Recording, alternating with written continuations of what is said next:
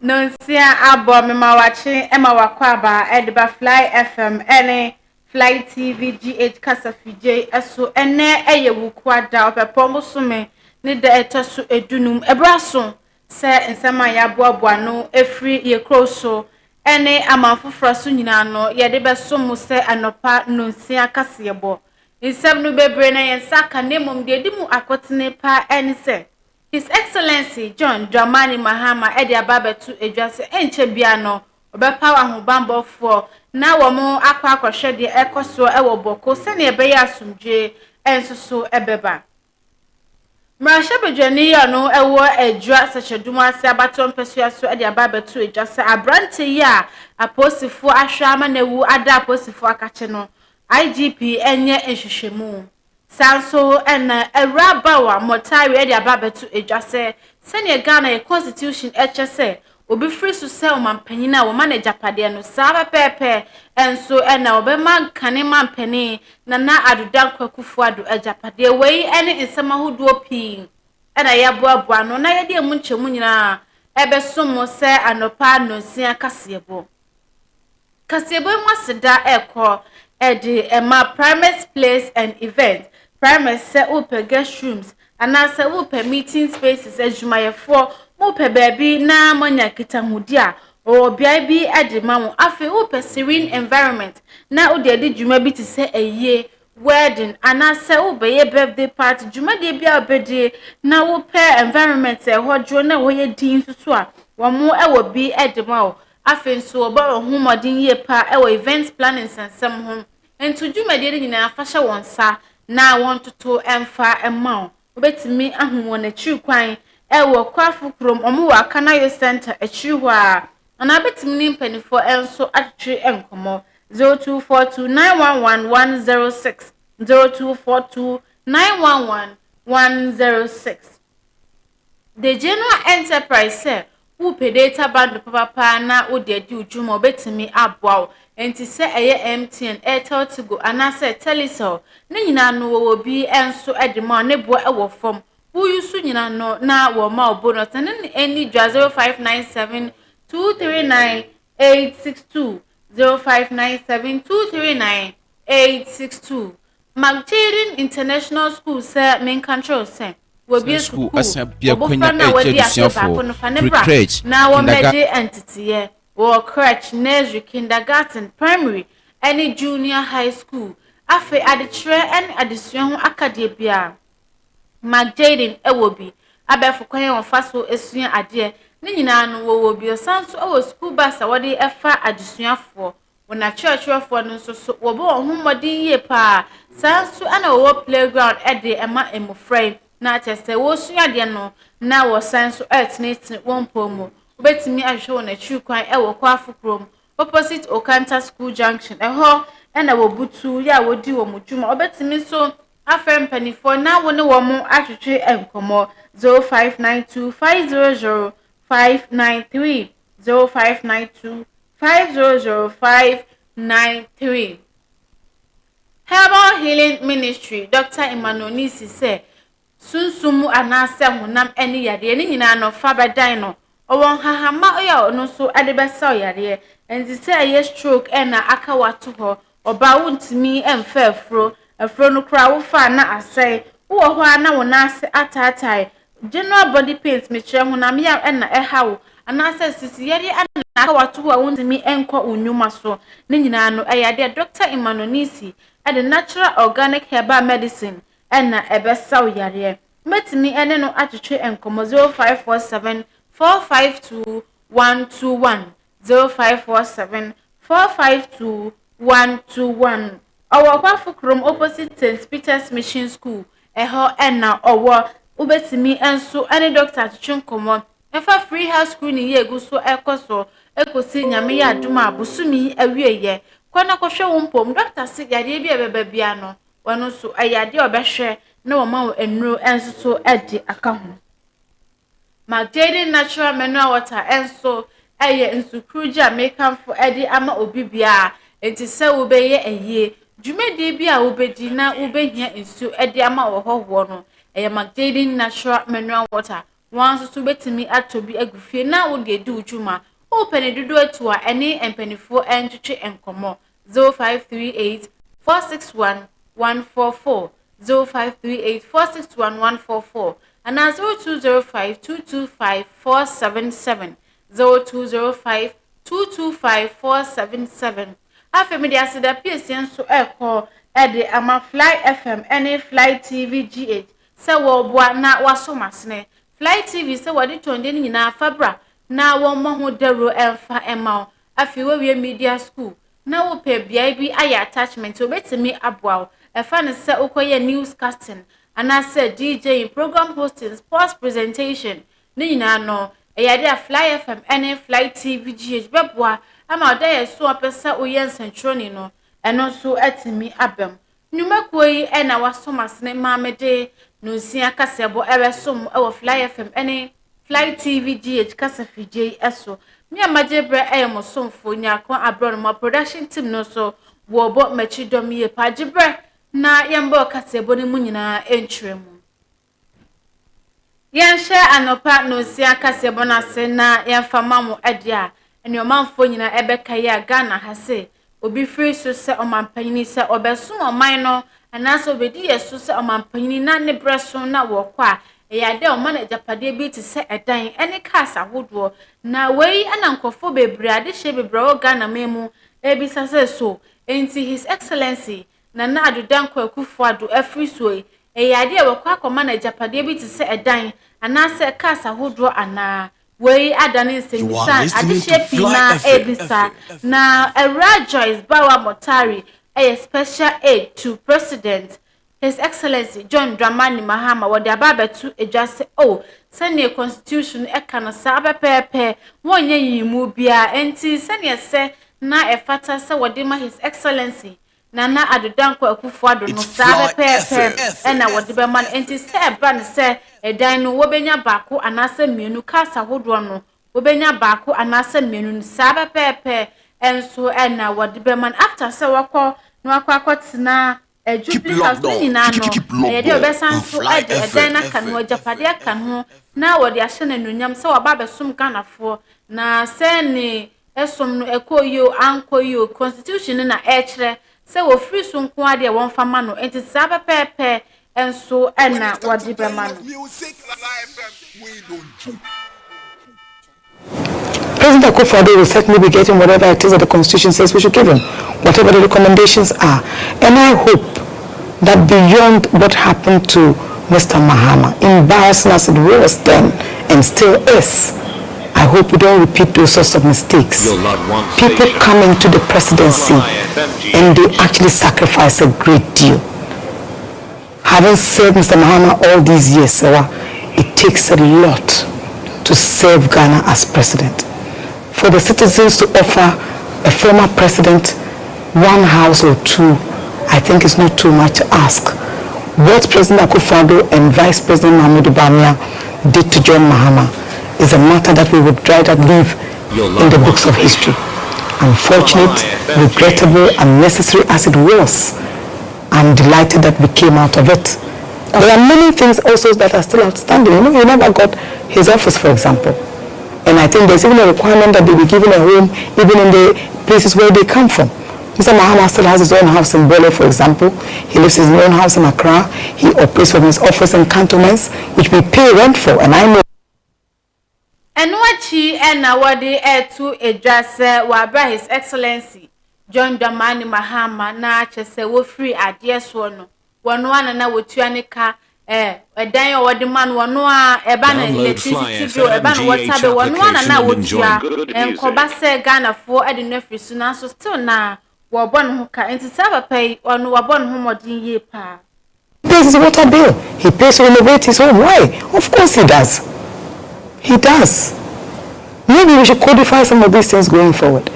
because these things, you know, they can be cast in iron. So, for example, we have a former president's bill, or you know, something the parliament can take a close look at, so that we define these things. And every time they recommend to the emoluments committee at the dying embers of the administration, maybe this should be done at the beginning. You know, governments to continue. Right. And I believe that every day we modernize, and as we modernize, we will start to do things differently and efficiently. I mean, can you imagine President Akufo-Addo leaving office after 8 years at the ripe old age of 80 plus and being left stranded and not knowing that, look, maybe his children served in government, so they are better off. Mr. Mahama had very young children at the time. You've seen them all. They are all within the ages of 20 and 30. Just imagine what that was.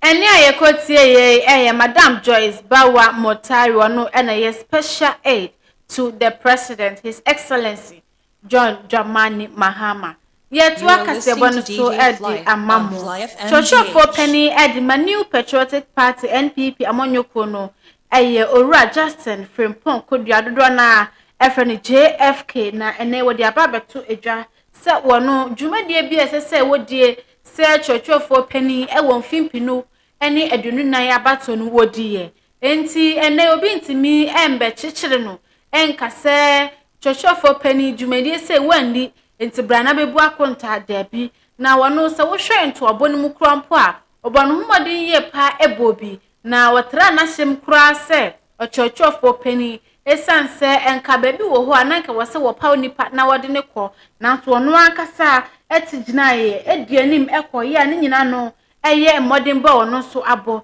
na emom Ghana ha no musedi obeye bia no nipa benya ho asɛm aka ewo betimi aka no asɛm na emom ntimi encheche no enka se dwumadi esese wo die se Churchill for Penny na no wani ono de obon ho modern ye pa etimi edi dwumari yenkotie nsemi bia odi tuudwa the day issues now ebeba na obeka wasem no the bottom line is a solution ebeba there are certain things that you can accuse me directly yes kai me betra ha bina secretary wa me lusu ye party for e ka chair say ye mpese obokofo bi esi e konso ye apese e koto aba na ye obi a obedi party nanim o disqualify ko for be bra mo ngina obi ene I have control because when I'm share elections yes presidential prime say the course one year adwumaye una one me lose voter registration resources I say constituency no one fanko assembly elections resources and I say what the come one fanko me get a carry secretary netian busan to stand to such extent say meetings ni and you making sure say what this is say constituency na say at the point get a be 1 month to the elections when I saw say no mama one I spend most of my time in get resources say the my constituency executives baby I identify issues no monko asori monko share go for monko share taxi drivers for her party for buo fu no monko kasa ni tinu no nyam ko say adwuma say ask them me ya dia me trase am here baby abu say more than my office na me nam upper east na me nam upper west na me nam buno me nam other places kajina secretary me ko answer ko there but I realize that baby do the more than SMC from na me ye adwuma say dia obom call do say bia adwuma SME ye as general secretary party constitution na kire me say me ye say mentimi anya dia it's totally different matter and they become a hamokra but say there are certain things that will be we do. The only thing you can do is to make comment, to advocate, and to come. And yeah, you could see a Churchill for Penny at my new patriotic party NPP among your kono. Ora Justin Frimpon could you adona FN JFK Nene and na ye could see yen to a so na yemfamo enko asante mantenu application and enjoy a drash na chese eyade arehosem bi esiye ne nyina ayese abrantie ya na wosusu se wakwa kofa mobile phone abrantie ya friend Shaibu Masaudu ene na chese nkofo binum esusu se abrantie akwa kofa mobile phone chese wakwa kovia aposifo ede wo hoji asamimu ena wakwachi abrantie ede ne ba aposifo akache na wode ne hye hwa ema abrantie eyemuka ne saa kosise woto anananom ewo ensiedo na apostifo awomu ewo ejra ede abrantie eko ayasabia na se wode no eko hyemu wo abra na abusuafo no enya ho entiye bia na amabunu ane adehye ya wo mu ewo adwura secheduma se ebe abonten ebe ye wo ye ne ene na oye chechecheche pa na won so edigu akwemu etimi koba ya krampo se wokọ aposifo akasho wo hyase ehye nwoma ne bikura ewo ho ene na adan ahodo ebi hu kan sanso na kasa ahodo na wa pake sabre no enso ehu bi ekaye na anso ho a mrahye ya wono ewo adwura secheduma se aye owura Mohammed Bawa Brema enso de nisem ebetudwa na watche se after say a doctor for edi autopsy abase ene na aye owupa na abranti wu kura no IGP Inspector General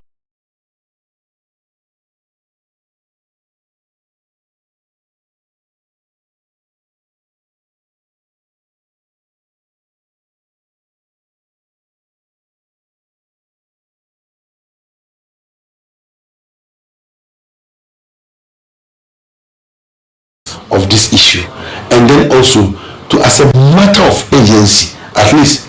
any policeman found complicit in this thing. Eni aye kwoti aye mrahye ya wono ewo adwura secheduma se nyina ewo asante mantam numu honorable Mohammed Bawa Brema ne ena ye kwoti yentoa kasebo no so na yemfa emamu adia omanfo nyina ebekaye na chese mentime ho ase ene ntokwa hodua ekoso ewo boko ena his excellency John Dramani Mahama Ghana mampanyine enrada wokopie mu ewo ho ena wode etudwase o enche bia na se na watwiye mu krampo no obepaw ahobambofo ene CDS ahodo na wahwe se ne ebeye asumdie enso ebeba boko ene nimpotem na sayehwe ahensem a ede mentime ho ase abana enche ye kura na saye wo memu na abrebia yete se aha ntokwa wa ha ade hye krampo no wontimint na oman mu ema wo ho entene wo mu enu nti ena no asumdwe hene waba se wodi hyehye ebegu akwemu na ahemfo nsensem a ekoso wo bokone ne mpotem a abrebia no ede ntokwa ba no eto enso atimi etwa. A good part of the thanks go to you, the security services, who have maintained the peace. We still have threats to our peace that we must continue to look at internally and externally. Internally, to do with chieftaincy disputes and some incidents of armed robbery and things like that. Externally, to do with the threats on our northern borders, and so we cannot let our vigilance down. There should be no vacuum, and so you must all continue to work, as the CDS said, zealously to make sure that there's no breach of the peace in the country. Ghana mampanyine His Excellency John Dramani Mahama Jumedie ne ekọ na wieye na Chief of Defense Staff General Thomas Opon-Pepra enso ene nsem etudwa na chese wo chese His Excellency de waka na yate yenso yebebo ye humodin ye pa ene na wone ne mrantie obetu wo hu agumontin so na wanso woni dwuma se na ese na efata na sumdwe enso etimi ababoko ene ne importem across the country. The President, we want to assure you of our loyalty, professionalism, and dedication. We've been working together as a team, meeting all the complex challenges of the security environment. By working together as a team, we've been able to keep this country quiet and stable. Mr. President, I want to assure you that we are going to continue with even greater zeal to ensure that we